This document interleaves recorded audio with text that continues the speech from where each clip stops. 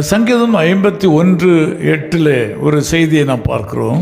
కీర్తన గ్రంథం 51వ అధికారం 8వ వచనంలో మన ఒక విషయాన్ని சங்கீதக்காரராகிய தாவீது நான் சந்தோஷமும் மகிழ்ச்சியும் கேட்கும்படி செய்யும் என்று ஜெபிக்கிறார்.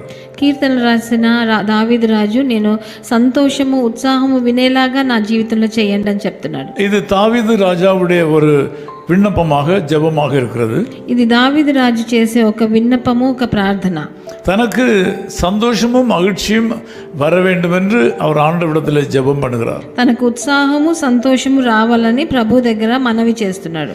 அவருடைய சூழ்நிலையை பார்க்கும்போது அவர் பாவத்தில் வீழ்ந்து சாபத்தில் அமிழ்ந்து கொண்டிருக்கும் போது இந்த ஜெபத்தை ஏறெடுக்கிறார். ఆయన పరిస్థితి చూసినప్పుడు ఆయన పాపంలో మునిగిపోయి చాలా శాపంలో వచ్చినప్పుడు ఇలాంటి ఒక విన్నపం పెడుతున్నాడు. தன்னுடைய பாவ உணர்வின் மத்தியிலே ஆண்டவரிடத்தில் மன்னிப்பை வேண்டி ஆசீர்வாதத்தை கேட்கிறார். తన పాపము తలుచుకొని పశ్చాత్తాపపడి ప్రభు దగ్గర ఇలాంటి విన్నపం పెడుతున్నాడు. ஆகவே ஆண்டவர் தாவீதுடைய ஜெபத்தை கேட்டு அவரை உயர்த்தினார் என்பதிலே சந்தேகமில்லை.